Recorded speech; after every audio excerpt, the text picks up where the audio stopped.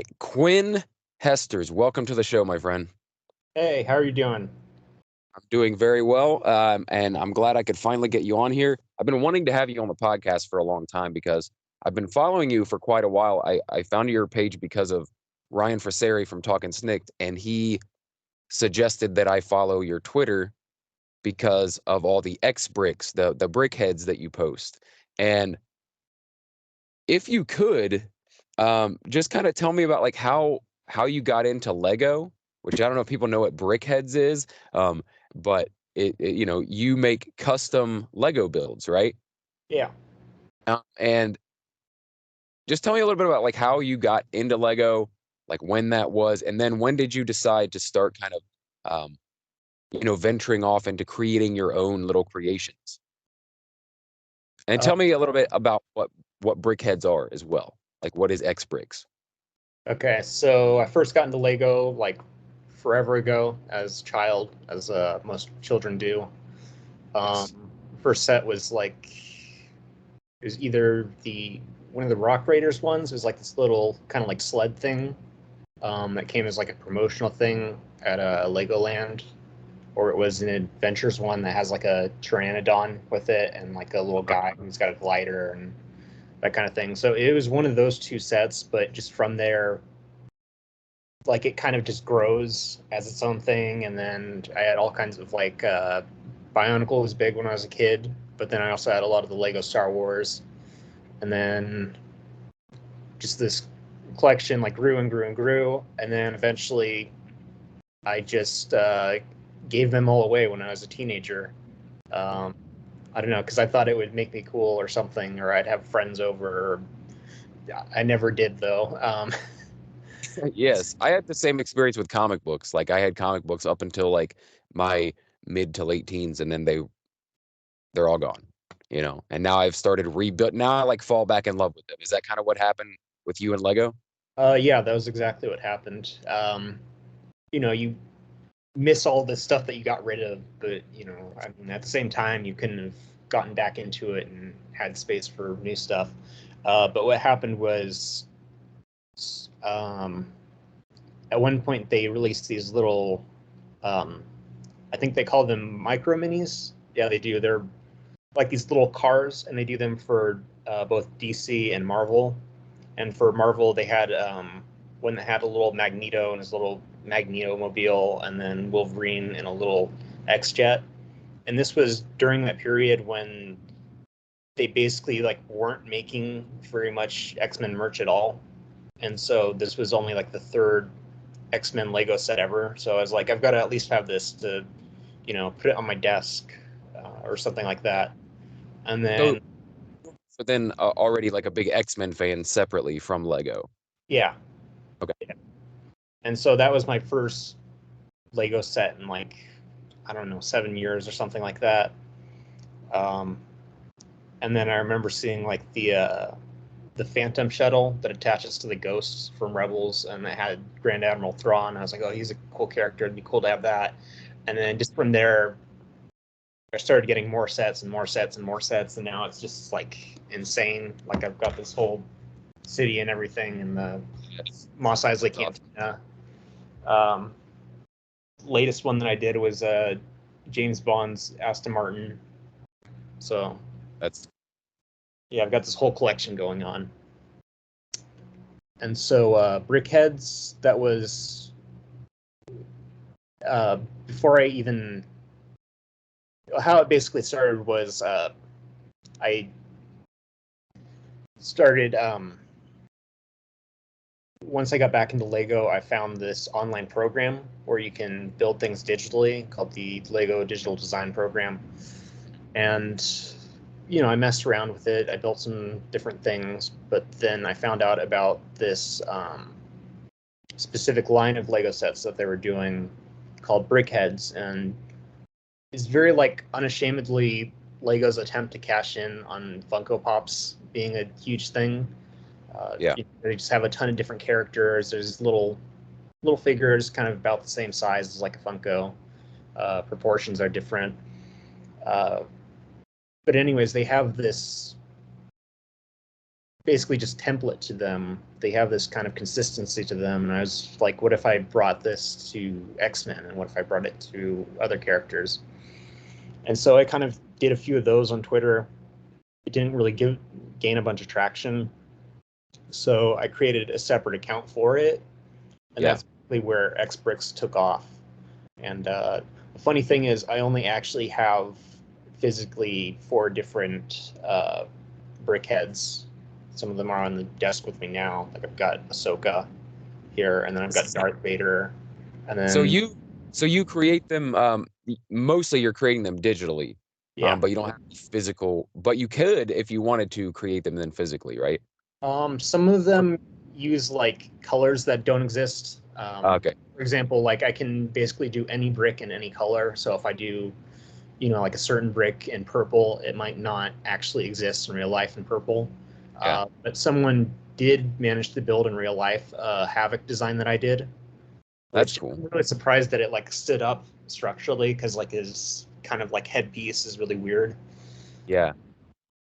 So now you started, or at least you mainly do X-Men characters, and what's cool is you do all different like versions of X-Men characters, right? Like, don't you do different like eras of X-Men characters? You do like maybe you do the original like 5, or you do like a I don't know, Age of Apocalypse version of a character or something like that. Like you do these different versions of them, right? Yeah, and I do them like in these waves, and I've been meaning to put them all in like a thread so that they're easier to find. But basically, I put them together in what Twitter calls moments. Yeah. Uh, so I've got like a Cyclops one and a Wolverine one, and I don't know if I've put it out publicly yet, but I've got like all the Kitty Pryde ones together. Um, Basically, all the types of characters that have like lots of different types of costumes, and then I Yeah. also do, like you were mentioning, eras like the '05, Age of Apocalypse, sort of like the Jim Lee '90s stuff, Mm. Grant Morrison era, the like Frank Quietly costumes, basically like everything from the beginning to now. It's really cool. Like what so it was that program that like you were just kind of playing around in there and was like, I could make X-Men. Like why not? Like I could make whatever I wanted out of these. Yeah, yeah, and I was just thinking about how like this was during the era when they weren't doing very much in terms of X-Men merchandise, like I mentioned Yeah. before. Mhm. Um, and that kind of spun off into like an interest in Fantastic Four and doing Fantastic Four brickheads, which I would do as an April Fool's Day joke. It would become Fantastic Bricks instead of X Bricks. Yeah. So I'd do all kinds of like the movies and then the designs from the comics and stuff like that. Did so then you do venture out and do stuff obviously other than X-Men as well, because you mentioned you have an Ahsoka one there. Um Yeah. Well, have you that one's an official design. I have made a fan made okay. Ahsoka one before they made that one though. So do you have any of the physical ones that you have actually yourself created? Like are any of them possible to build? I've I've thought about it. I've thought about probably going to Bricklink, which is a place where you can buy all kinds of pieces like individually or different minifigures from sets. People basically sell anything Lego that's ever been made on Yeah. it. And I, I've considered doing it. I've considered trying to do the King Shark one that I did because I did a bunch of ones based on the Suicide Squad because I just love that movie a lot, and so I just wanted to make all the different characters from it. Yeah.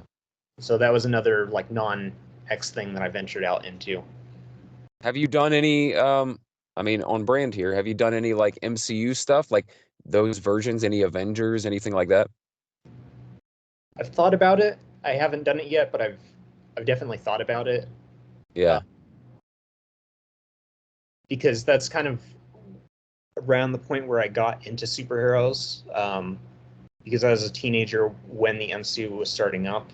Hmm. Um, Basically, what happened was my dad got like a copy of Iron Man on Blu-ray for our brand new Blu-ray machine. Yes. So I got hooked into that, and then the first one that I saw in theaters was Iron Man 2, and so I've seen all of them in theaters ever since then. Awesome. Awesome. So, uh, yeah, it'd be cool to see like designs like even around these series, like a little She-Hulk brickhead and a little Hawkeye brickhead, Kate Bishop Hawkeye. That'd be Yeah, cool to see. yeah, I have been doing like original designs based on the Avengers. Like I started doing original ones based on the original five of the X-Men. Like, what if I were to reimagine them in kind of like a new universe, maybe like a TV show or something like that. Just a brand new start from scratch universe where basically I take the original universe and like the movies and every other adaptation as kind of like a template and mash them together. So I Yeah. started with X-Men on that, and then I started branching out to uh, like the Avengers, Guardians of the Galaxy, and it's a thing that I keep continuing to doing. A thing that I keep continuing to do, though I notice that's not super popular, so I try to mix other things in there now and then. Yeah. I like you made what I thought was really cool is that you can do kind of stuff on a whim, right? Like it's like, you know what, I'm gonna do this. Ryan and I did an episode of Talking Snicked and we broke down like a top 5 list of like amalgamations.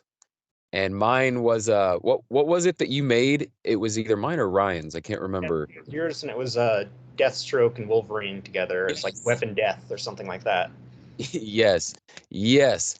You did a Deathstroke Wolverine mashup figure, and that was so cool, man. I was like, this is the coolest thing. Like, I don't know. I was like, I don't know. I just thought it was cool that you're listening to a podcast and you're like, hey, I'm gonna make this and show these guys. And um, I know you frequent Ryan's podcast as well a lot. And yeah, man, I just thought that was pretty cool that you made that. So I appreciate you making like my idea come to life in Brickhead's form. That was really cool.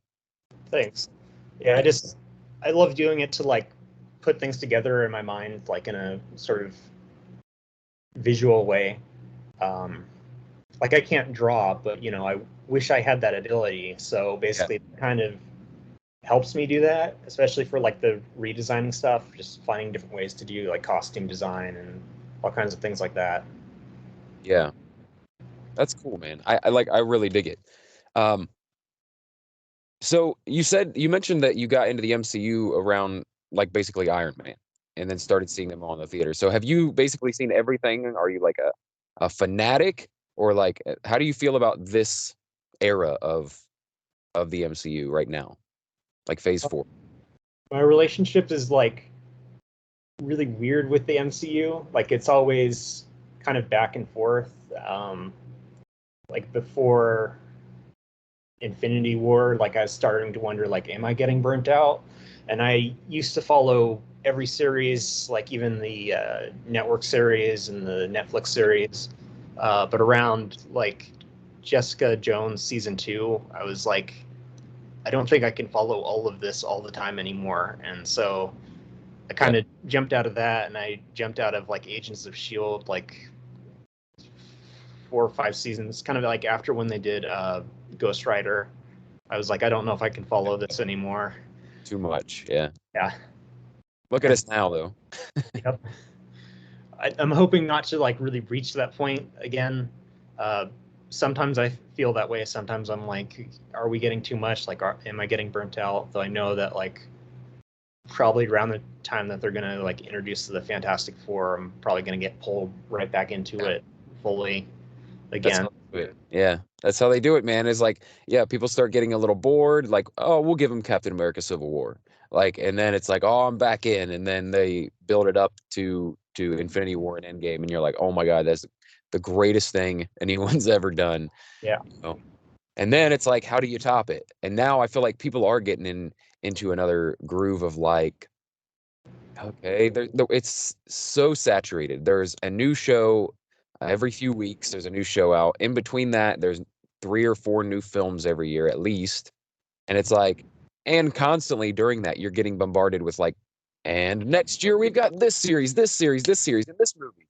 And so it's like, yeah, it's hard to stay excited about every little thing for sure. And I'm saying that, and like this is the podcast that I do is devoted just to the Disney Plus series, and it's still like, do I want to watch every one of these? I don't know, but I'm going to. Like, I'm gonna watch them. it's fun to talk about, and usually I can find stuff I like in all of it, regardless. So, what have you thought about, like, since now that we're in the era of the Disney Plus series, the MCU connected series, how do you feel about them overall so far? I think a lot of them would be better as movies, maybe. I don't know. I feel like a lot of them will have strong starts, and then some of them will have strong finishes. Other ones, not maybe as much. Um, but kind of like the middle of it, it kind of sometimes stagnates a little bit, and sometimes it feels like they're trying too much. Like I really liked Hawkeye at the beginning, and then it kind of was like, but we also want to introduce Kingpin, and we also want to introduce Echo, and we also kind of want to tease at Swordsman, and then like a few other things in there as well. And then it's kind of like, I get it, but it feels like they're trying too much to like hint towards future things. And it feels like it's a little too reliant on that sometimes. Though Yeah. I think as a whole, I've still enjoyed all of these shows. I don't regret watching them or anything like that.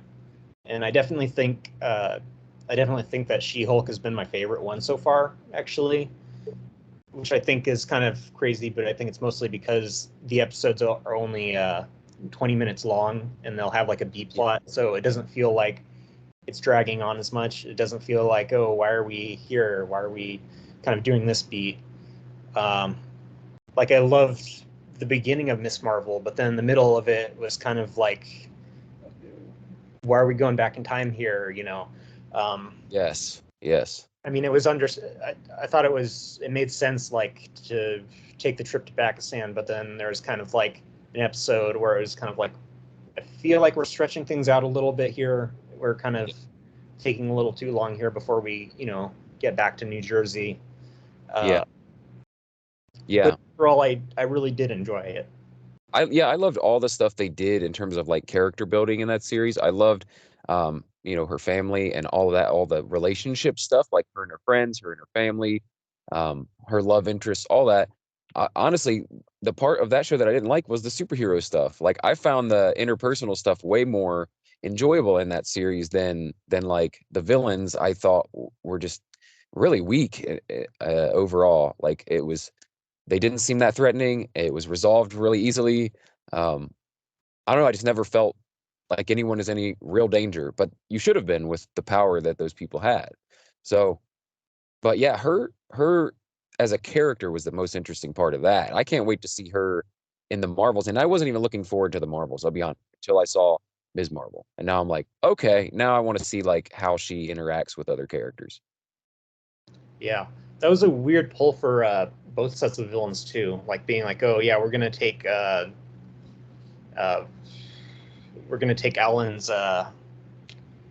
Davis's the clandestines, and then we're gonna take Damage Control, which is usually like this goofy kind of like comedy series about like the average Joes of the Marvel universe and how they basically cope with all this weird superhero stuff. And we're gonna kind of make them like a watered down kind of version of Shield, which is Yeah. weird. They're kind of continuing that here.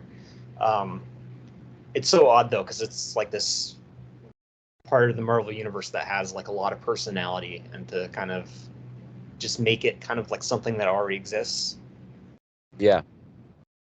Yeah, it does feel like a watered down shield. Like I didn't think of how to say it, but yeah, that's like exactly what it is. It's just like a little bit lesser of a government agency. That's it. Yeah, It's like it's not the FBI. It's like I don't know. The state troopers are after you. Like it's not. Yeah. Um. But yeah, overall, I'm really enjoying that character, and I hadn't read any of the Miss Marvel comics either, so it was like I was willing to go with whatever they told me. How do you feel about her being the first mention of the word mutant in the MCU? it feels weird because at first I was like, all right, and then someone mentioned that they specifically altered her powers to make them more like armor, and then I was like, wait, does that mean that they're Hmm. not going to do armor? Because that's a Right. character I like, and I don't want them to just like skip out on that because they made another character's powers kind of sort of similar to hers. Um, even though they're fine with doing that with like the super soldiers, like we can have a ton of super soldiers, but then they're like, Kamala Khan can't be stretchy because then she'll look too much like Reed Richards. But it's weird because she uses it in kind of like a different way. Like he doesn't become big or anything like that, and that's a Yeah. thing he does. Well, she did end up using that at the end, which I was glad to see. Like she was able to grow at least and like stretch in that sort of way, but not quite like you're used to seeing like in the comics. Like you saw her grow and get big, but it wasn't like, the giant hands that come. I don't know. I didn't particularly like the kind of, yeah, like the crystallized armor feel to it. Um, but I did enjoy that they tried to incorporate those powers finally at the end a little bit. So, because I was looking, I don't know if that's just a CGI thing. Like that might be a hard thing to show. Maybe the stretchy powers is an exceptionally thing to make it not look really tacky. Yeah. Um, it might be tough, and especially to use that kind of money to try to do that in a series rather than a big budget movie. Um, Maybe that was the thing. They're like, well, if we could spend a little less money and just make her shiny and hard, like. Yeah. But I don't know. It didn't bother me too much. But like I said, I enjoyed her as a person on the show a lot more, and also just Iman Vellani as being a huge mega super fan of the MCU and comic books, like really like endears her to me. I'm like, oh, that's awesome. That's awesome. Yeah, when I heard that she was bothering Kevin Feige about the calling the MCU Earth 616, I'm like, she's one of us because like, Yeah. while I loved Doctor Strange Multiverse of Madness a lot, like Mhm. that one part like bothered me so much. I'm like, that doesn't even make sense. Like even they had Mysterio calling it 616 as like a little Easter egg, but the whole point was that he was making it up and he didn't know Yes. anything about the multiverse. Like, why would he be right about that? And Yeah. I don't know. And I just feel like they should have. The thing I keep saying is they should have called it like Earth 208 because of Iron Man being the first movie. Yeah. It's something that's like really simple and really easy to remember. Like, oh, started in 2008. Yeah. I just feel like that'd be a good designation for it. And I think it would be funny if it did exist in the multiverse. That's the same multiverse from the comics. Like they Mhm. could at one point like cross over, like maybe 616 Doctor Strange when he eventually comes back from the dead because he's dead right now. He's having one of those periods. Um, he'll basically be like, "Oh, you live like this? Like, where are the X-Men? Where are your Fantastic Four? Like, what's going on here? What are you guys doing?" Yeah, I And would love to see that. I would have loved to see them cross into, or in the future cross into a 616 universe and it be the comic book version, like the current comic book versions of the characters. That would have been really cool. yeah, and they could comment on like the sort of things that haven't happened yet, and it would Yeah. kind of be like it would kind of be like Peter Parker learning about the other Peter Parkers and No Way Home, Yes. and kind of learning about Doctor Octopus and stuff like that. And it's kind of interesting the idea that maybe like, what if those show up in this universe? Yeah. Uh, which it kind of seemed like they were going to do somehow in freshman year, but now it seems like it's not part of the MCU. It's just like adjacent to it, like one of Yeah. the What If episodes. Yeah, I get confused when it comes especially to the animated stuff. I feel like What If is um can be canon because it's alternate universes that we could or could never see again. Like it doesn't matter what they do in that show because it doesn't have to affect movies if they don't want it to. Like they can keep it separate pretty easily. And so I could call that canon, right? Like, but freshman year, what about X-Men 97? Is this going to be actual X-Men stories that are going to relate to the X-Men when we see them? Or is it going to be just hey, we just wanted to reboot the old cartoon. It's completely not connected at all. Yeah, Yeah, and I assume that's what it'll be. It'll just be a reboot, not even a reboot, but a continuation for all the fans. I don't anticipate it being considered canon or anything that happens in there. Not then also playing out because I mean they got to play out some of these stories that they've already done in the animated universe. They've got to play out some of those once we get the X-Men live action in the MCU. yeah. So Really looking forward to that. I talk about it every episode. People are probably tired of hearing me talk about it. Like I talk about when are the X-Men coming? How are they coming? Uh, who are we going to see first? All this stuff. Like, is it going to be in this show? Is it going to be in this next movie? Are they going to? And yeah, people are probably like, dude, it'll get here when it gets here. I get it. I get it. I'm glad that it seems like they're going to completely restart things. Yes. Because people are like, they should, bring over like a lot of the Fox cast members and stuff like that. But it's like, Yeah. you're not going to get all of them. So it's going to be kind of weird and kind of dicey. Like, I don't think you're really going to be able to get Hugh Jackman to sign on to like 20 more years of movies. And besides, Logan was like a really good send off for the character. Yeah. So like, if you're going to do Logan again, you should probably get someone else to do it. And I just think it's probably for the best to just kind of start from scratch there. Yeah, and it would just cause so many problems in terms of like if you were to retell some of the same stories, like do a retelling of any of the stories they already did in the Fox universe, then it would be really weird seeing the same actors do the same story but just in a slightly different way. Like I couldn't imagine that. And also the ages of the characters, like it's been 20 years since X-Men began. So what are you gonna do? You're gonna okay, and it's not just can we get all of them? It's like, do we really want all of them? Yeah. Some of them were fantastic, but some of them were not, you know? So, yeah, I'd rather just have brand new, everyone's brand new. Let's Yeah. just start all over. Make it feel like the MCU did when it started out, you know?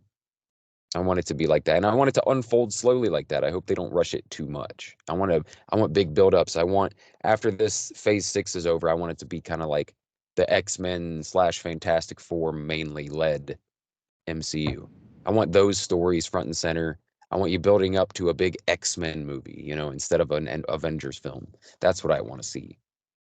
Yeah. And the one thing I wonder about is Deadpool, because obviously we know that they're going to bring over Ryan Reynolds as Deadpool. Yes. And we're thinking like maybe he's going to be the one from that universe. But it Mhm. makes me wonder, like, is he going to bring the supporting cast with him? Like, is he going to bring Domino and Negasonic Teenage Warhead and maybe even Colossus? Which has me wondering, like, okay, but then what would they like start with? What would they start with for their first movie? Because it kind of makes sense to do like the all new, all different team Yeah. with like, Colossus and Banshee and Storm and Mhm. Wolverine and all those other ones. Because that's most of your biggest characters. Like I always think of the big four of the X-Men being Cyclops, Wolverine, Jean, and then Storm, because it really just makes sense why they would be the ones picked for the first movie in 2000, because they Yeah. are basically the four most recognizable characters. Yeah. When you take out Magneto and Professor X, they're basically the combined face of the X-Men. Yeah, for sure. Definitely probably the most popular characters, especially from that era, right? Like the 90s era that they were kind of seemed like they were capitalizing on when they made the live action films. Like X-Men was really huge in the 90s and everyone loved the animated series. So yeah, it made sense to like use mostly those characters. I was really surprised that they didn't use like a Gambit, who was like a really cool 90s character. Um, because they used Rogue, and it's like they very easily could have used Gambit. And then we saw like a version of Gambit in Wolverine Origins.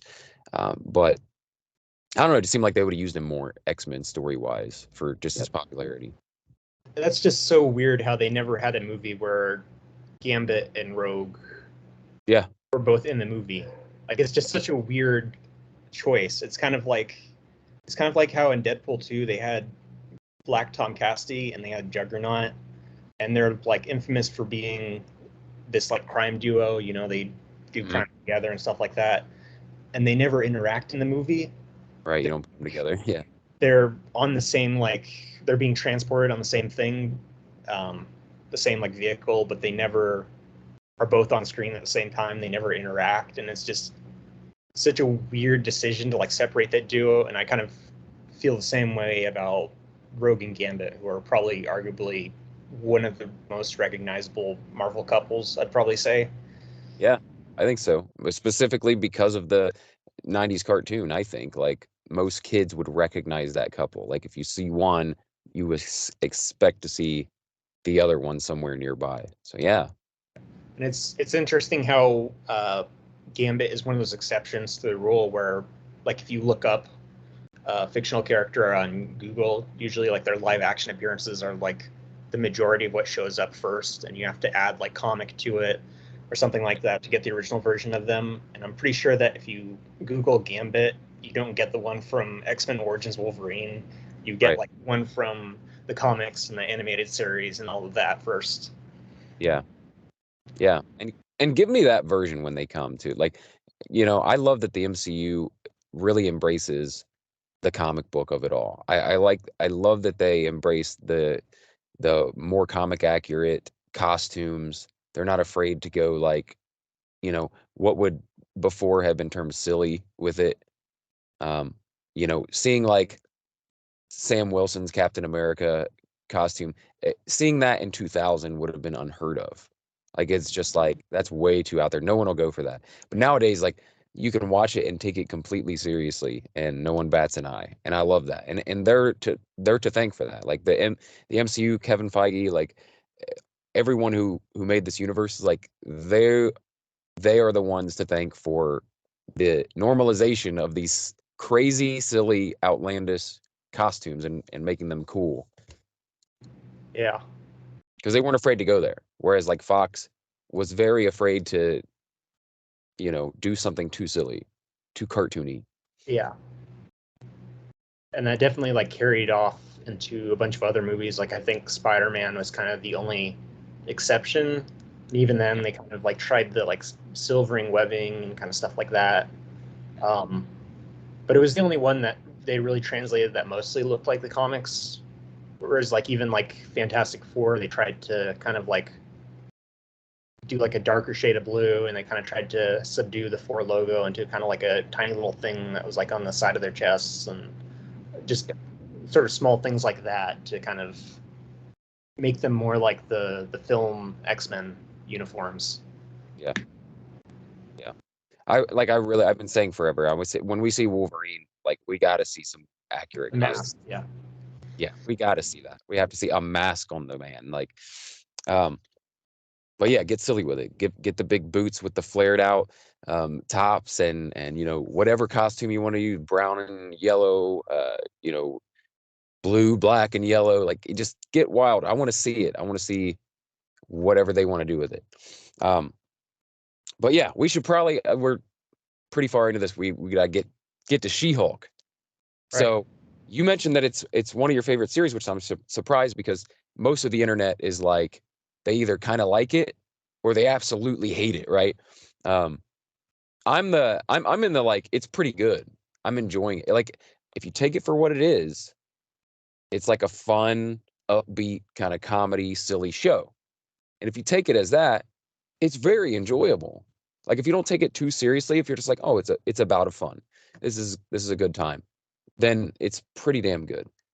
I think it's been inconsistent. Like some episodes are like really enjoyable, and some I'm like, that's kind of boring. But like you said earlier, it moves. Like you don't sit around waiting for anything. It's like scene after scene. There's always a B story going on, and it flows until that 20 minutes is up, and you're like, oh, it's over already. So you never get a chance to really be too bored with it or too anticipating anything. Yeah. But with that being said, last week we were left with a couple like kind of cliffhangers, and we get to this week, and I know you even prepared for one of the cliffhangers because everyone thought if you're going to show a Daredevil costume, we know he's going to show up. It's probably going to be in the following episode, right? Makes sense. Yep. Makes perfect sense. So everyone thinks Daredevil's going to show up this week. We got absolutely zero Daredevil or Matt Murdock. And then on top of that, they they teased her costume last week. They're like, oh, they're making her a costume. She's going to try it on. We never got to see it. This week, they mentioned the costume. They tease us with the costume, and it's like, aren't you going to wear your new costume? She's like, nah, I'm going to wear something else. I knew they were going to do that, though. They're always doing the whole like you got to wait until the season finale to do the costume, which I don't know. That only really worked for me for like when they were doing Daredevil for Netflix, like how he had the black suit the whole time, and then they're finally like, okay, here's the costume. But now it feels like everyone wants to do the whole like you got to wait until like the third act or the finale of the season to do the costume. And it's like, no, why don't you just like jump in there with it? You know? Yeah, I really enjoyed it with Falcon and the Winter Soldier being revealed in the last episode. That was cool. That was a good one. But it's like after that, it just becomes it's a trope now. Okay, so we did it with we did it with Daredevil. We do it with some of the other Netflix series. It feels like, and then you start doing then Falcon and the Winter Soldier, and then every single series then has to do that. Like we're gonna wait till the last minute to show you the costume. It'd be nice if they switched it up a little bit, especially in a silly upbeat comedy show like this. Like, come on, show us the costume. But this episode, this was one of my favorites so far. What did you think of it? It's one of my favorites too. I thought it was genuinely funny how they opened up with like, "Oh yeah, you guys were expecting Daredevil, weren't you? Like, surprise, it's a wedding. Isn't that inconvenient?" Yes, that they and I love how meta it is. It really does seem like it's constantly commenting on the fandom, like all the time, either talking to them or talking about them, like the toxic fandom, the mentioning of like Twitter armor, and I love that stuff. It goes perfectly with the fourth wall breaking. It works really well for this show. Yeah. So yeah, Jen gets invited to this wedding, and I guess it's an old quote unquote friend from back in the day. And Jen wants to go and like show off a little bit, show like what, who she is now, and kind of like her little coming out party. She's going to go as She-Hulk, which normally she does not like embracing the She-Hulk identity. She doesn't like changing into She-Hulk. She wants to just be Jen, but just for this one day, she's like, I'm going to shine as She-Hulk. Everyone's going to love me. But I love the invitation that she gets. One of those exploding card invitations that throws glitter everywhere, like confetti. I even put that in my notes. Like, I have a grandmother who would always like put glitter into like birthday cards and stuff like that. So you'd open it in the mail and you'd be like, "Oh man, like I'd rather this is like laced with like a deadly virus or something," because it just like it gets everywhere and then it gets on your hands and then like you think you've gotten it all off and everything you touch suddenly you'll find like glitter days later and it's like I don't like this. This is bad. Yes. I have not been frequenting strip clubs. I swear. My grandmother got me a gift, and this is what happened. Yeah, I've got to give this is a pro tip for people who are married out there. Never get your wife one of those. Don't do it. Okay? Because I've done it and it's not a good idea. Why would you do that? I don't know. I thought I saw, Facebook had all these ads, and it's like, oh, that looks funny. It's like exploding confetti. That'll be fun. She's like, why would you do that? I have to clean all that up. Like, it got all over the place. I'm like, okay, that was a bad gift. That was a bad one. Never do that. So anyone out there who sees those ads, ignore them. No one ever reacts the way that you think they're going to react to those. Never. Yeah. So she gets the gift. She decides that she's going to go to the wedding and she's going to go as She-Hulk and not wear her new awesome costume that we can't see. And then we've got like the B story, which is what's his name, Mr. Immortal? What is it? Immortal. Yeah, that was really interesting because like I'm only familiar with him because I only read like one issue of it. Marvel used to just give out like free comics for their app, and so like I read the first issue of Great Lakes Avengers, which is supposed to be a comedy series. And basically it opens up like talking about Mr. Immortal and like it's actually really dark. Like it didn't really sit right with me at first, but like his girlfriend commits suicide and so he tries to do that as well and it doesn't work out. Sounds comedic. Yeah, that's like really messed up. It only really works later on when like they reveal that his superpower is actually kind of useless because he's not like Wolverine where he instantly regenerates in the comics. He's not kind of like the version in the show.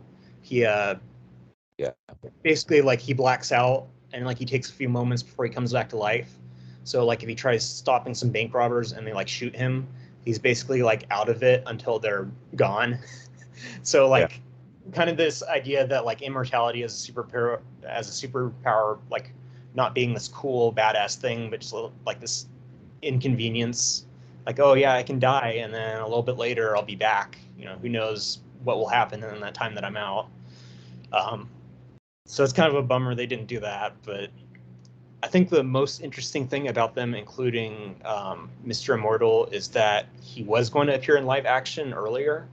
He was going to be, I think, the co-lead of New Warriors. Do you remember the pilot that they're going to do, and then they canceled Yeah. it?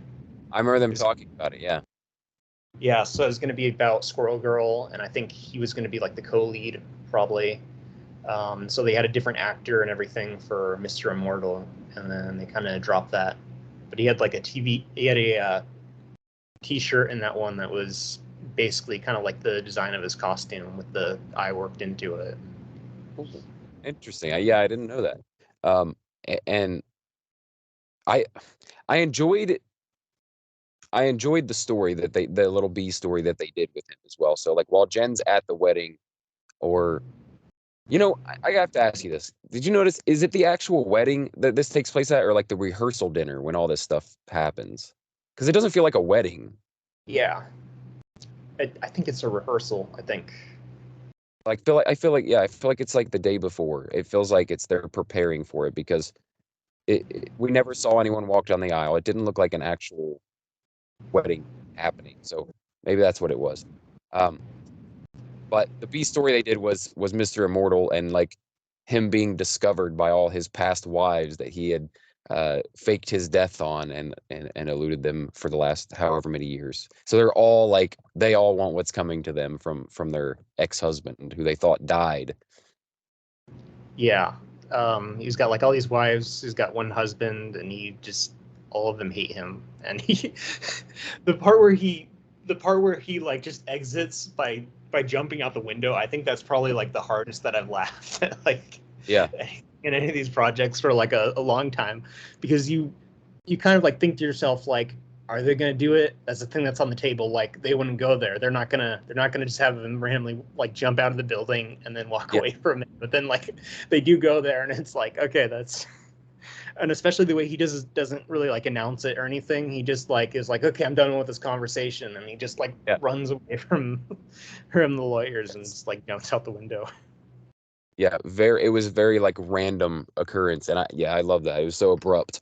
Um and just the fact that like he's faced with all this and he's just like, no, jumps out the window. Like it was really good.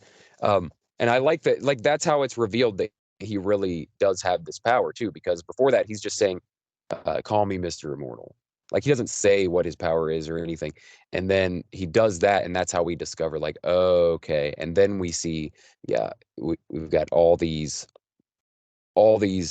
ex-spouses, um, and they all want something. Some of them he was with for decades, and some of them not long at all. But it's like they all have the same kind of story with him. He died randomly, disappeared, um, and yeah, I thought it was a fun little B story. It kept the thing going.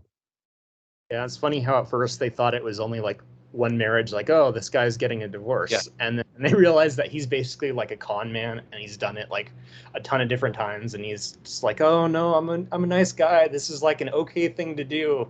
Like, it's yeah, not emotionally abusive. And they're like, no, it's pretty bad. This isn't good. Like, you gotta stop this.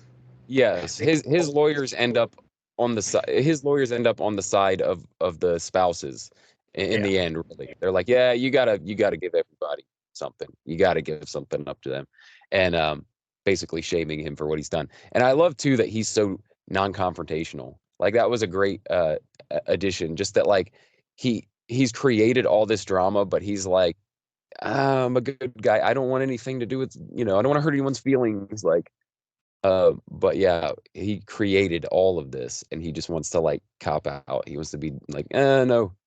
I love that. Um, but the best part of the story was the wedding with Jen, and she shows up, and the bride is the worst. She's the worst human being. She like first thing she does is like she's instantly like jealous of Jen. She's like, you can't be upstaging me as She-Hulk. Asks her not to be She-Hulk, which was her whole plan for this wedding is to go as She-Hulk. And now she's got to be just Jen, which is what she always usually wants, but not this day. Yeah, and that was first of all like the title change. Like I love that as a running joke. The Yes. She-Hulk attorney at law, She-Hulk attorney for hire, Yeah. just Jen attorney for hire. The way that they keep doing that and like switching it up. Yeah. But then like showing up at the wedding, it's interesting because I thought that like the only reason that her friend who had never contacted her anymore was finally contacting her to take her to the wedding was like because she's a superhero now, so that Yeah. she could basically just like show her off and be like, oh yeah, this is someone that I'm friends with, even though I've never talked to them in like a decade or whatever. Right. But yeah, It's the opposite of that. yeah, which was strange. It did seem like because that's the way the show's going. Like people only want anything to do with her because she's She-Hulk, and like her law firm only wants her working as She-Hulk. All the men that dated her wanted her to be She-Hulk and not Jen, and so yeah, you think it would follow suit that that's the only reason she got invited to this wedding. She goes there, um, and yeah, instantly she's being treated like crap by the bride and the friends of the bride, whatever. They're just like treating her as um I don't know, start treating her like hired help without the hired part. They just like asking her to do things to help out, cleaning stuff up and things. And it's like you can feel the tension building. I actually thought that she was gonna eventually just snap from all this abuse they're piling onto her, and that was gonna be the thing that made her change. And maybe it would be kind of involuntary, which she's not used to involuntarily changing like that. Um, and then she would be like, oh, well, maybe there was something to what Bruce was saying. But no, that's not how it happened exactly. But I did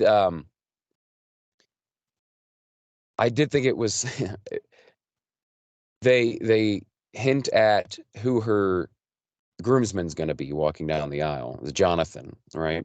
And everyone's like, "Oh, Jonathan's the cutest. He's the best." And yeah, I felt like that was the final straw. Like that was going to be the thing that broke the camel's back when they revealed that Jonathan was a damn Chihuahua. Was a tiny puppy, and that's who she was going to be walking down the aisle with. Like I thought that was when she was just going to be like, "That's it. I'm done. Like I'm changing into She-Hulk right now." Um, but even that didn't do it. Yep, I mean she held up through all that, and even the people they hired didn't want to deal with her. I thought that was pretty funny how they just had like a whole Bridezilla situation. They're just like, apparently all the people that they hired, the reason that she's doing all this work is because all the people that she hired like walked out. Yeah. Just like, we're not doing this anymore. Like we don't get paid enough for this. Yeah, she was abusing them. So we also find out like early on when she first arrives there that Titania has also been invited to this wedding, which is an interesting coincidence that they would all be connected somehow. But Titania assures her like she's not there to start anything. It's fine. Nothing's going to happen here. Don't worry. I'm not after you. I'm just attending my friend's wedding. And yeah, they keep piling on Jen and making her feel like crap the entire time. She does end up finding a guy who seems to be genuinely interested um, in Jennifer Walters and not necessarily She-Hulk. Like um, a much more genuine person than the pretend genuine guy that she met before. And I thought that was good. The only thing about it is with the way the show's going and everything that she's dealt with thus far and the people she's interacted with, I don't really trust anyone. So I'm kind of like, if this guy shows up in the next episode, he's a villain or part of a team that's associated with the villain. Yeah, and I was immediately suspicious. I was like, she's had no luck so far with anything. Like this Yes. is probably set up, and with things happening later in the episode. Yes. Kind of also the implication. But right off the bat, I was like, I don't know. This guy seems too good to be true for her. Like, Yeah. one thing I thought was interesting is that Titania got into the wedding by saying that she was dating a friend of the groom, which is interesting because, like, it makes me wonder, like, who that friend is. Like, is that Yeah. someone that we would know? Because a big part of Titania in the comics is that she is in a relationship with, and I think she might even be married to now, Carl Creel, who is the Absorbing Man, Mhm. which is interesting because they've got like they're one of the few supervillain relationships Yeah. that has ever existed in Marvel. They've got this whole Bonnie and Clyde thing going on, and they'll both go together and like bother the Hulk and stuff like that. Um, so it makes me wonder if he'll ever appear in the MCU. If we aren't counting Agents of Shield, where he was part of that, and he had his whole like ball and chain thing, and he did all his absorbing stuff in that. Uh, so who knows if they're ever going to have him return? Yeah, and the Agents of Shield connection is still kind of up in the air, isn't it? It's like, Yeah, is it not? Is it just another universe, that we got to peek into for a while, and that's how they're going to explain that, like, oh, the reason why it didn't line up with Infinity War and stuff like that was because that didn't happen there in that way, like the snap didn't happen like that. So yeah, that's still up in the air. I feel like I don't know how or when they'll address that, but hopefully they it, do, because I think a lot of people are good. I was just going to say it is interesting though how they are finally like acknowledging the whole Netflix series things. Like they're like, okay, we're going to slowly Yeah. introduce characters from that. And so people have been wondering like if they're going to introduce Quake in some kind of upcoming project. Yeah, I'm curious. It's kind of like the X-Men conversation we had earlier. It's like, do we want all the characters? You know what I mean? Or is it just Charlie Cox, and Vince D'Onofrio? Is that the Yeah. ones? Or do we want the same Jessica Jones back? Do we want the same Iron Fist back? Do we want Luke Cage? Uh, and also, with the way they're almost kind of like doing an almost sort of reboot, it seems like, of Daredevil. Does that mean that the stuff we've seen on Netflix, did it actually happen in this universe? Are they going to explain that away too? Like maybe that these two characters came over from another universe, so these are new stories for them. I don't know. I'm really confused about that, because the whole idea, I love the idea of rebooting when it comes to X-Men. When they start keeping some people around, it gets really confusing. It's like, is it just because the actors were really good, and or are they trying to connect the universes?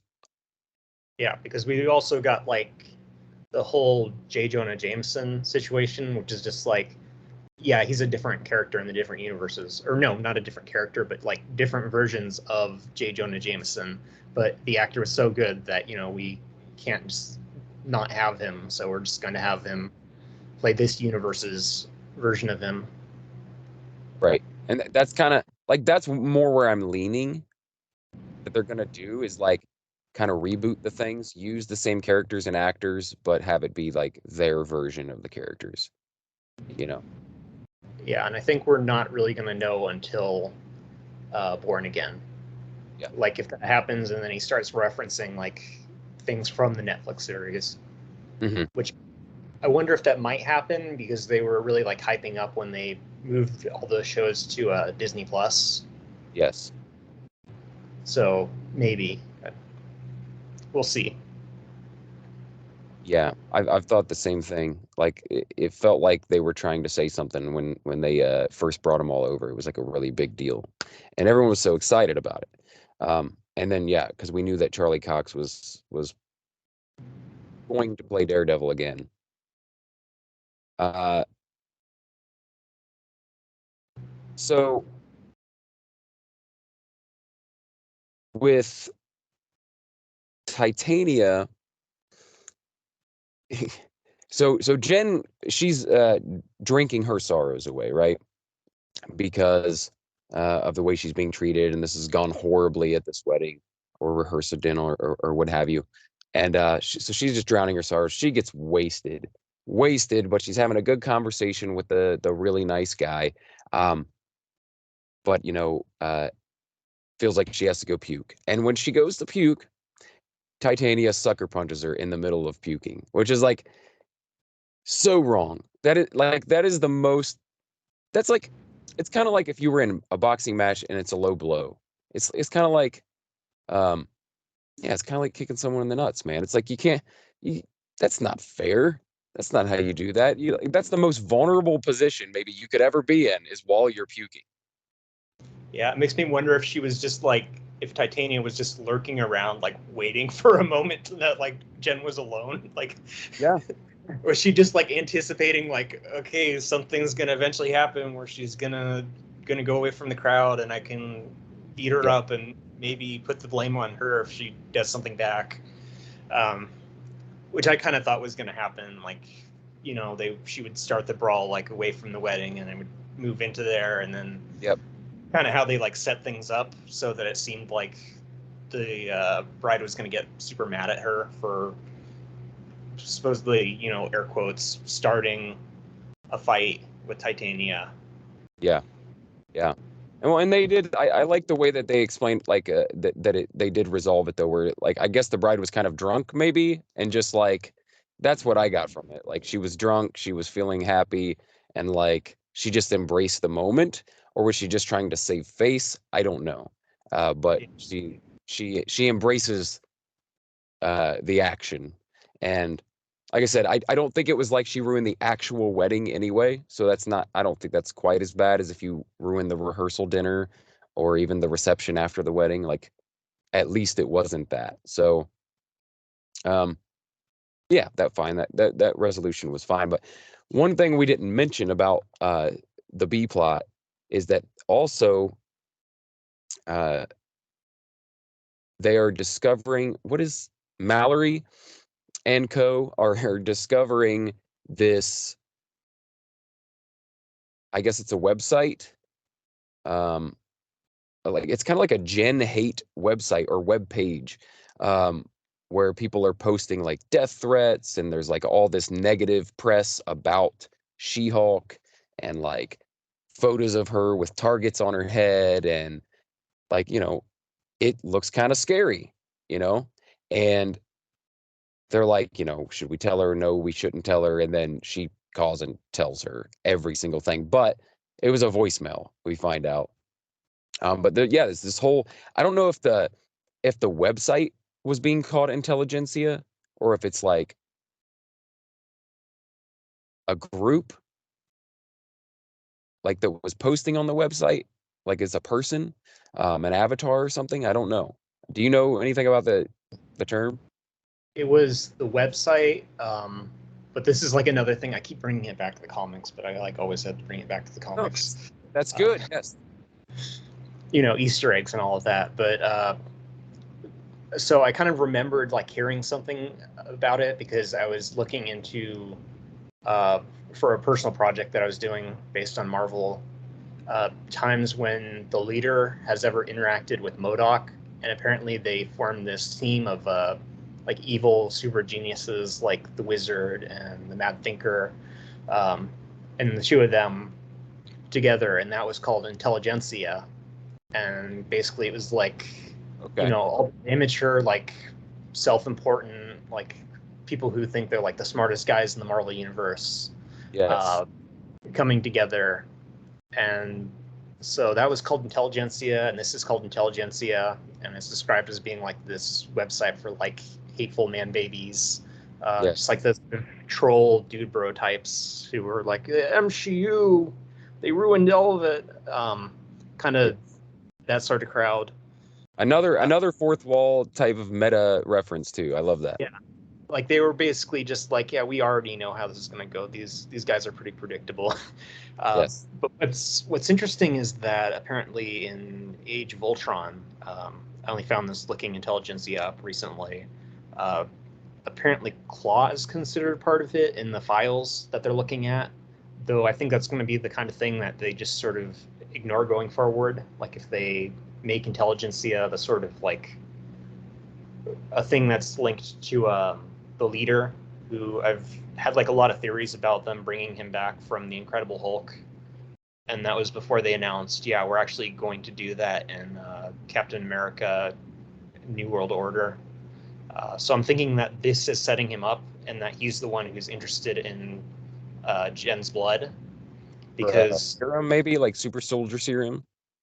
maybe for himself, maybe he's kind of just the way that he is at the end of the Incredible Hulk, where he's kind of got like a little bit of a bigger skull and a little bit of green blotches going on the skin, whereas in the comics he just has this like huge forehead, he's got a giant cranium, and he's like green like the Hulk. And so I'm wondering if he is going to try to like get to his final form or whatever, and he ends up doing that. And so in Captain America, he'll be like that. He'll be the green guy with the like massive head, That would be cool. like in the comics. That would because in the Incredible Hulk, he has like this big interest in Bruce Banner's blood, and he reveals that he's not just been collecting it to try to figure out a cure for Bruce or whatever, but he's also been just storing it and just trying to figure it out. And then the last time that we see him is when he helps turn the Abomination into his final form, and he collapses on the floor, and then a bit of the Hulk's blood gets into his wound, kind of like how it gets into Jen's wounds and how she gets her powers. Yes. So it's interesting how there's like a parallel there, and I think overall, I think they're setting up the leader. I think they're setting up Samuel Stearns so that he can be the big bad guy behind all of this, and that's my conspiracy. Yeah, I feel like it would work out perfectly because the way that they're finally acknowledging the Incredible Hulk as a film, as a story that happened, even though the actor is completely different. The way they're acknowledging that all that really happened by bringing in Abomination, the same version of Abomination, I really dig that because I think that's a seriously underrated, and I think people are starting to realize it now, like going back now that all this is happening, going back and rewatching Incredible Hulk. But like I've always thought that was a great movie. I love the Incredible Hulk film with Edward Norton. Yeah, and it's definitely just this really like self-contained story, and it's, I don't know. I've always been rooting for it, so I'd love to see more characters return. And we've always gotten like General Ross and all those different films, and I guess like the two characters that are left now that haven't been confirmed for anything are Betty Ross, which is interesting because we got her in What If, voiced by a different actress. And then one that we haven't heard anything about at all is Leonard Sampson, who is her boyfriend, who is Doc Samson in the comics. Okay, yeah. Gamma powered, and he's got this like long green hair, which is funny because like he's all like clean kept and stuff in that movie. And I guess the actor said that he wants to return. He wants to do that role, and he wants to have the whole like long hair and the muscles and all that. So that's interesting. That'd be interesting a thing to like set up maybe for like season 2, because he's a psychiatrist. He did like this this one issue of X Factor where he basically investigates, or not investigates, but he basically psychoanalyzes all the different characters, and he's basically kind of like what Daredevil and She-Hulk are to like Law in the Marvel Universe. He's basically that to psychology with superhumans. Yeah, I'm glad to see Incredible Hulk getting its due, because same as you, I always felt like it was like the forgotten stepchild of the MCU, and that it was just too good to be ignored like that. And I would love it if they would start tying a lot of stuff and make it really relevant to current day stories. That would be awesome. Just to kind of, and with it being so far back, like tying it to something way back to when the MCU first began. I love that. So I hope the stuff you're saying comes to pass. I really do. I'd love to see more stuff, whether it's in a some sort of Hulk film, even with She-Hulk at the helm, or not. It doesn't matter who it is. But if we have some sort of Hulk's film, some sort of World War Hulk, something where they can bring a bunch of this Hulk lore altogether into something. I would love to see that. I think we're gonna get it in all kinds of like other projects. Like I think Probably, legally they're probably. not able to like make make a Hulk film without having to pay Universal to like distribute it and everything. So Yeah. that's they're going to continue to do things like put Planet Hulk or yeah, put Planet Hulk in like Thor and how the leader's going to show up in Captain America. I think we're going to see all those characters again, but we're just going to see them in various different places, Yeah. which is interesting. Which is fine too. I just like, yeah, I mean, and I also, I'd love that. Like, it doesn't have to be a movie. Make it a bunch of different projects that somehow tie into Incredible Hulk, because otherwise, other than General Ross, we didn't have a lot of like uh thread that went from Incredible Hulk all the way through the MCU like we did with Iron Man and Captain America and stuff like that. So it would be cool to see. Yeah. So I'm thinking that he's Hulk King, that the leader is this mysterious Hulk King guy who messages them at the end and asks like, "Oh, is the Project going all right?" And that Mm. guy was also like the head of Intelligentsia. Like apparently when they were making a fake account for it, like it was something that would be run by him. Yeah. Interesting. And so they were watching the date that Jen was on with the guy who was nice to her at the very Yes. end there. Yes. Which may just makes us, again, more suspicious of the guy. Yeah. Like, is he planted there?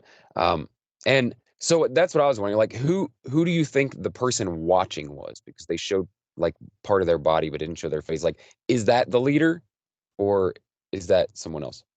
I think it might be someone else because like they didn't have greenish kind of skin and it Yeah. looked like they're getting the message from Hulk King on the screen. Like so Hulk King was whoever they were somewhere else. Um, I don't think that they're the guy himself. Um, I think that he's maybe like some kind of agent, or it would be funny if they were like, oh yeah, he's a life model decoy. He's like a robot or something like that. Like if they just do like a Austin Powers reveal, like he was a robot the whole time, Yes. kind of. Yeah. So is this like, do you think that that's all so Intelligentsia, they're like the villain version of Illuminati, right? Like the Yeah. attempted villain version of Illuminati. Um so that's who it seems like is all behind all this. I hope it's not like a thing where like they come out to be almost like a joke in the end, like almost like we're talking about the villains in Ms. Marvel. Like it was just they were kind of inconsequential in the end. It wasn't the threat that they should be.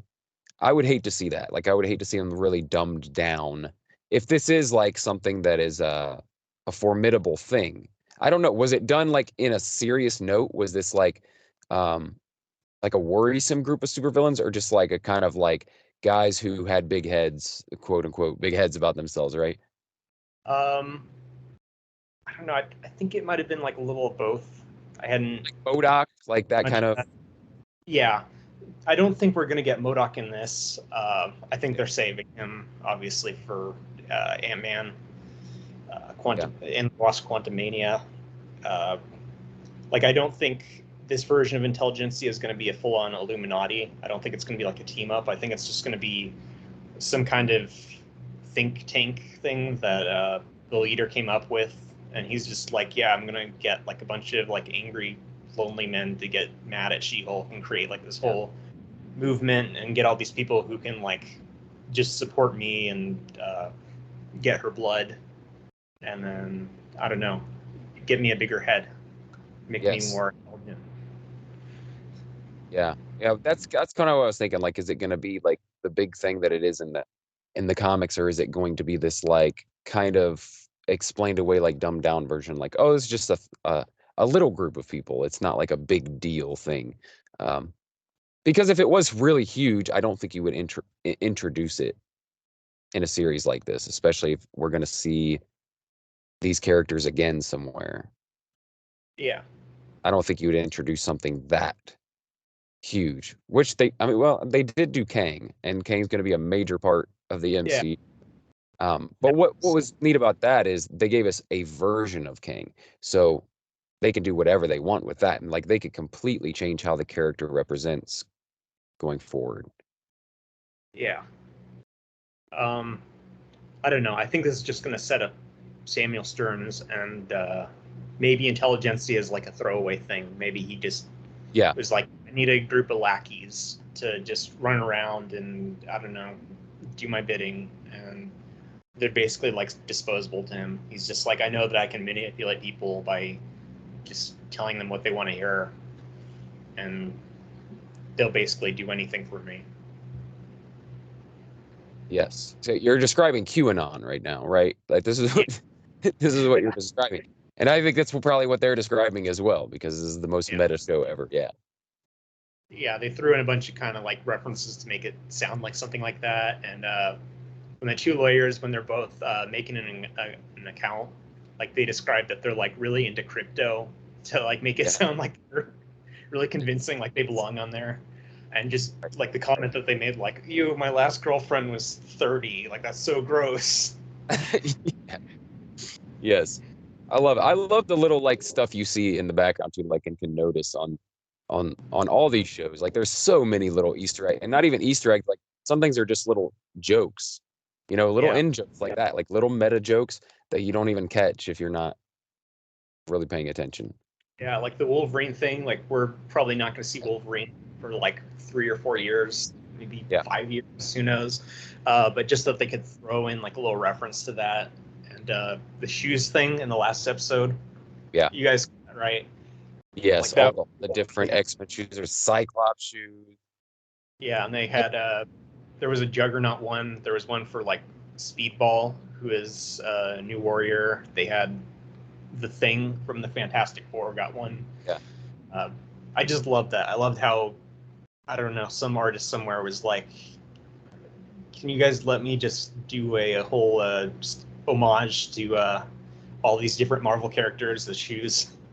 Yeah. And I'm sure they love it because they're like fans are going to go nuts for this little thing. Like they know how ravenous the fans are, especially when it comes to like X-Men references. They know. I mean, they see the conversations we're having online just like anyone else. They know we're sitting around talking about like X-Men and how's it going to come out and who's going to be. Are they going to use the same actors? You know. Uh, so yeah, I love it. I love all the shows lately have been doing a lot of meta stuff like that, like uh, nods to the fans. And I feel like the MCU has done that all along, like stuff that just comic book fans, longtime fans will get, and then we'll then explain to the new fans so that then everybody gets the joke or everyone gets the reference and everyone's an expert, in the end. But I've always loved that there's something there for like the hardcore fans. So it's not so commercialized and so targeted at the wide audience. They do a really good job at targeting the wide audience. I feel like with how interconnected it is, you would think it would be impossible to get into, but I don't think it is. I think it just feels that way to us who have been inside the whole time. I think that probably you can sit down and watch a lot of these movies as a standalone and like take or leave the references to outside of that movie and still enjoy the movie. Yeah. And in terms of things for super fans, I think like the funniest one has got to be in Captain Marvel when they're talking about the Supreme Intelligence. And they're like, no one knows what it looks like. And if you've read like any comics with the Supreme Intelligence and the Kree and all that in it, you know that it's like this giant green, like bulbous head in a tank. Huh. Because it always comes down to giant green heads. Yes. Apparently it does. Yes. But it's just like this really goofy looking thing, and you're just like, I get they're kind of like poking fun at the idea that they're probably never going to show us that. Yes. Which is a little unfortunate, but it's they know there are people out there that are like, I know what that guy looks like. I know what that thing is. Yeah. Yeah. It's specifically for that guy who recognizes that reference. It's for you. They made that reference just for you. And that's awesome to me. I love that. I love that it's the MCU is filled with that. But what's so cool about the Miss Marvel series? They're like they're going whole hog on it. They're referencing the fandom, they're referencing what's going on Twitter at the time around the show that you're watching right now. And she's breaking the fourth wall the whole time and saying things that they know we're talking about, which is actually pretty insightful too. Like with the Wong's here again, and it's fine because that's going to be Twitter armor for a week. And like they anticipated the reaction to this show in a beautiful way, and it makes how predictable some of the negativity is like laughable. It makes it even more funny that like, yeah, we know exactly what you're gonna do. Like Yeah. you're so predictable. You are so predictable at this point. Yeah. Not to say people can't dislike stuff. Like that's 100%. I don't like everything either. I did not enjoy Thor: Love and Thunder very much at all. I like it. I wanted to like it. I didn't like it. Yeah. I thought it was. I really liked Ragnarok, but then I felt like this is like, okay, this is too much. Like you, Yes. I don't know, maybe you needed like to give Taika Waititi more notes on this one. I just feel like I think the notes they gave him were like, turn that up to 14. Just turn it, like turn everything up. More jokes, more laughs, more crazy silliness, cartoon humor, and we'll mix just in like the dark stuff too. yeah, the screaming goats, like that's a meme from I think a decade ago. It might be, but it just feels weird. He's like, yeah, it's a reference to the goats from the meme, and it's like that was like 8 years ago. That was like 2013 or 2014 or something like that. That's like an entire lifetime ago now. Yeah. Yeah, was not an enjoyable. The more I think about it, and I even tried rewatching it when it dropped on Disney Plus, and it's like the more distance I get from it, the more I realize like I didn't enjoy it. I really didn't. Like at first I was kind of like it was fine, but now I'm like it wasn't fine. It really wasn't fine. Like there's just so many better MCU films. It's hard to, and it sucks because I had high hopes because I really love Ragnarok. So I'm like, well, you get the same director, you're gonna get the same movie. I, I guess I just realized I didn't want the exact same movie or a souped up version of the same movie. Yeah, but I think this is more like people who make their entire personality around hating things. Yeah, Like I don't with know. She-Hulk, yeah, Like I couldn't care less whether or not someone liked The Last Jedi, but like if your entire personality is that you hate it, yeah, that's just kind of like sad. Or if you like make money just like ranting on it, it's like that movie came out like 5 years ago or something like that. That's you got to move on. You got to like find something that you like. And yeah, I don't know. Whenever I write about things, I always try to like not. You got to be critical of things, but at the same time, you've got to like just not make hating a thing your personality. Like that's just I don't know. It's kind of pathetic. And they definitely hit the nail on the head here. Like seeing that people were going to try to do that. yeah, absolutely. Like super, as I'm saying, that the people are so predictable. So I like that we're poking fun at the predictability of this whole hater thing. Before I let you go, you mentioned The Last Jedi. Let's talk about how horrible it is. No, no, no. That you mentioned Last Jedi, so I'm guessing you're a pretty big Star Wars guy. Yep. Have you had a chance to check out Andor yet? Like no spoilers or anything, but like, Yeah, what do you I think? like I liked it. Did you really like Rogue One? Yeah, yeah. So definitely I'd be the kind of person who would like that. Yes. Um, at first, I felt like they spent a little too much time in one spot.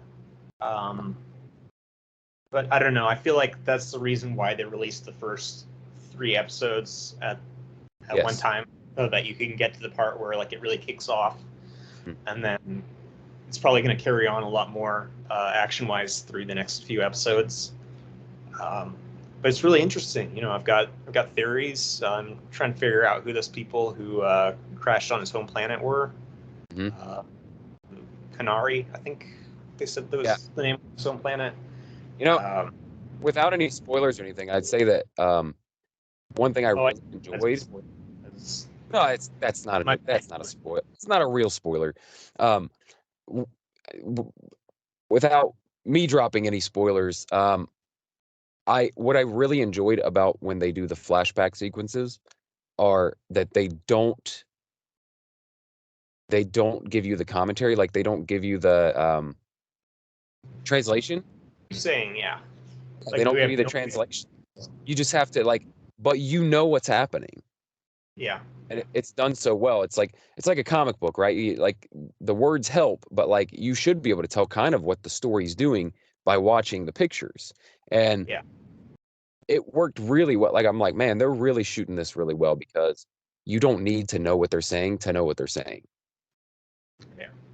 It was really, really good. That's like really good filmmaking, series making.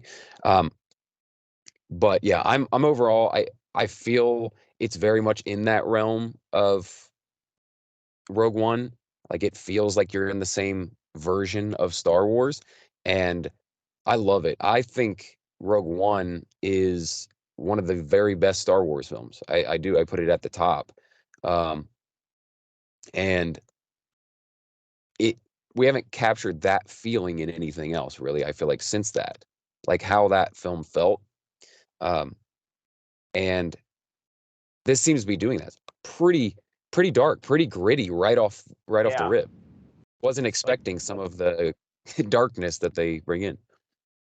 even with something like the Book of Boba Fett, he's kind of like just like a nicer guy than Yeah, think Cassian is, yeah, which is surprising. Like I think everyone expected something different from Book of Boba Fett, which again absolutely. is like one of those things where I enjoyed it, but like there were things that I would change about it. Yeah, Um, I think it got more interested in the Mandalorian at one point, and it kind of was like, yeah, the audiences like the Mandalorian a lot too, so we're gonna focus on him a lot.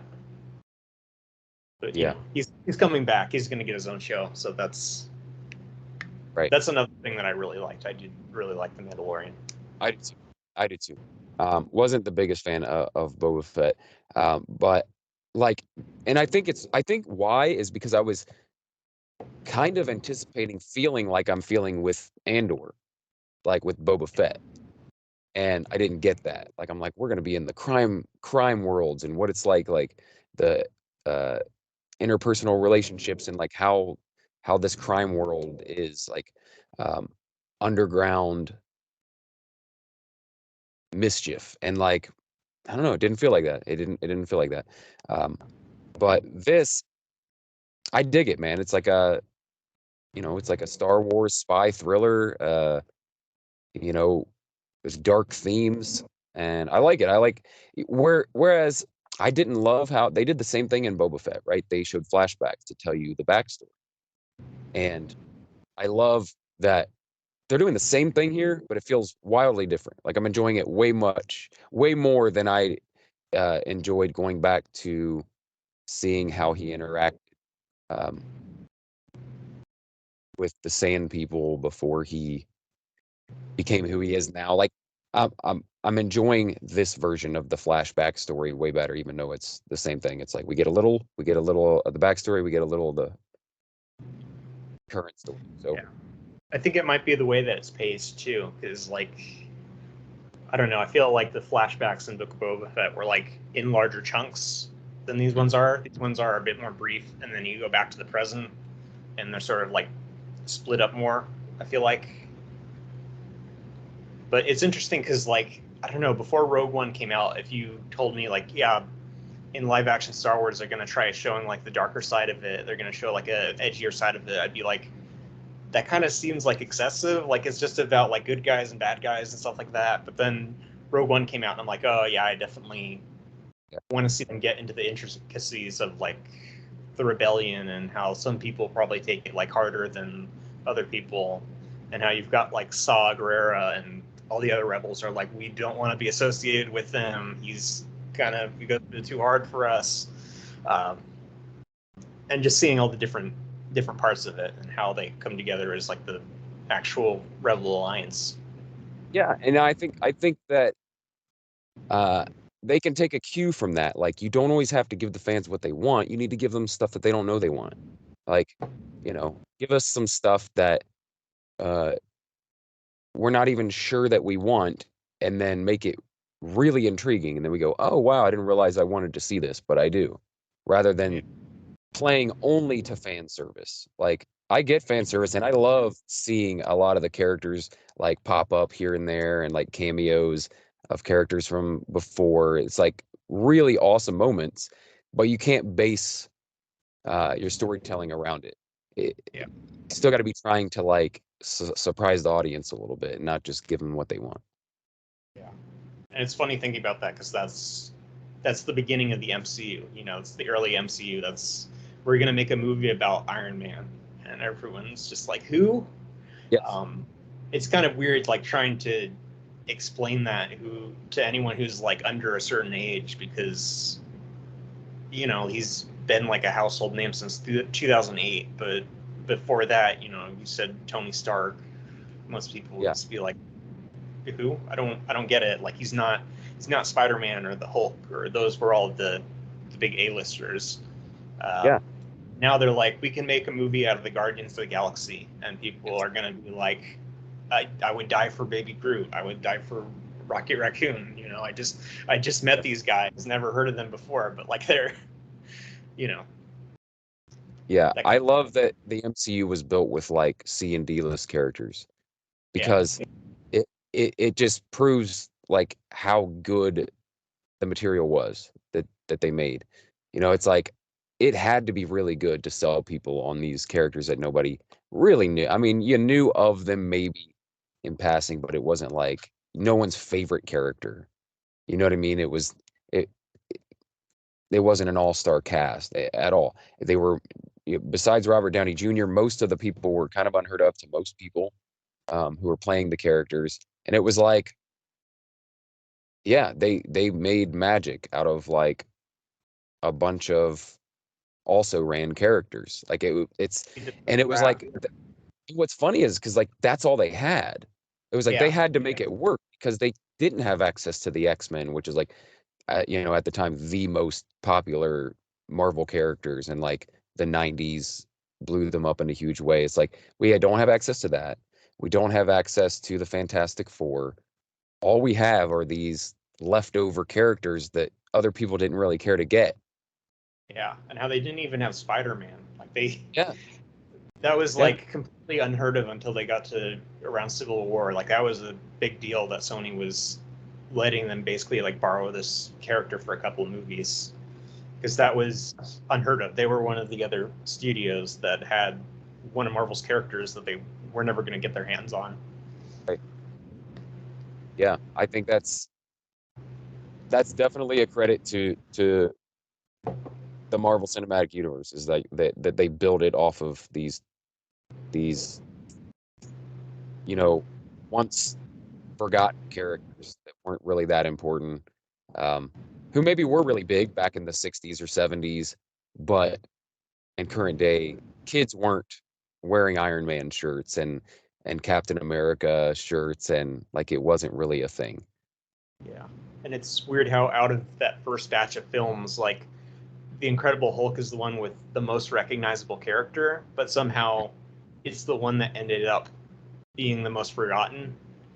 Um, Yeah, I mean, probably part of that has to do with the distribution rights, and they can't put it on their streaming service and stuff like that. But yeah, even before then, it's interesting how like the characters that were ranked higher, I guess, in audience interest were like Thor and Captain America and Iron Man. right. Yeah, it's really cool to see though, and now that they have access to basically every character that Marvel has to offer, like that's why that's why I'm not sure that it's over. Like a lot of people think that it's like, well, it's only downhill after Endgame. Like what else can they do? I'm like, dude, that was just the C and D list characters. Yeah, We've still got all the good ones to get to. And you guys, everyone loved the characters we got. Imagine getting the characters we already loved. Like, yeah, I can't wait for that. yeah, Anyway, this has been a fantastic conversation, dude. Thank you so much Thank for you. being on the show. I hope to have you back for the roundtable discussion that we do at the end of the series. That would be awesome. But yeah, it was a great conversation, man. I really enjoyed it. Thank you so much. Thanks. You too. All right, man. Have a good one. Thanks. Bye.